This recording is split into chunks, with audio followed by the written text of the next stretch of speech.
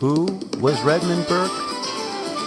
Colorful, ferocious, spread-eagle, full-throated, loaded for bear, and defender of the Southern cause.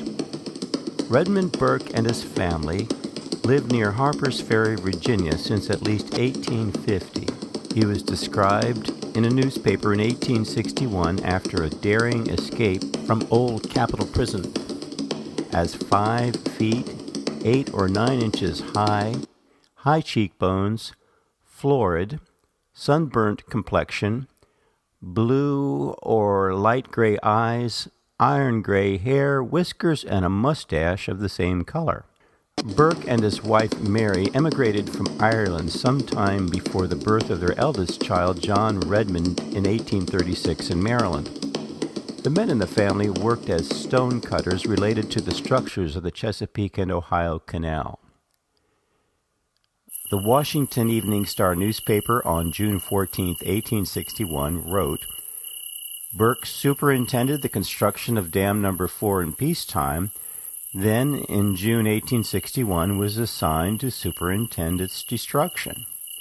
This was done by placing explosives in holes drilled in the bedrock of the dam, drawing on Burke's documented experience as a miner.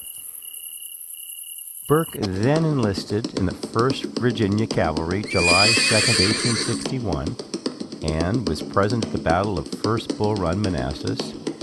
His 3 sons, 17-year-old Frank, 22-year-old Matthew Polk, and 25-year-old John Redmond, had also enlisted in Virginia regiments. 2 were captured, but John Redmond was killed in 1863. The ghost-like Redmond Burke's manner of doing things is best captured in Steve French's account in his book of the time Burke saved the life of his friend and protege, the younger and less alert Frank Stringfellow, in September 1861. French writes, From separate vantage points in the woods, they were watching both flanks of a small Yankee detachment. The youngster Stringfellow was close enough to a campfire that he could smell the fresh coffee and for a time became mesmerized by its strong aroma. Then just for a moment he dropped his guard. Suddenly, a strange whirring sound, and then a loud thump behind him jolted Stringfellow out of his trance. As he spun around, Stringfellow saw a bluecoat pointing a rifle at him. Terrified at first, Stringfellow breathed a sigh of relief when the man toppled over face first with a knife buried to the hilt between his shoulder blades. Then, about 20 yards farther on, Stringfellow saw Burke signaling him to come on.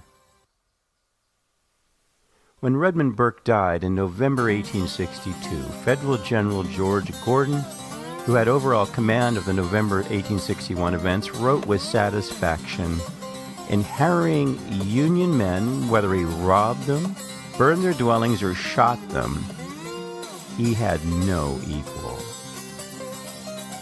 On the other hand, the famed head of the Confederate cavalry, General Jeb Stuart, upon learning of Burke's death, who had been his escort and scout, wrote to his wife Flora,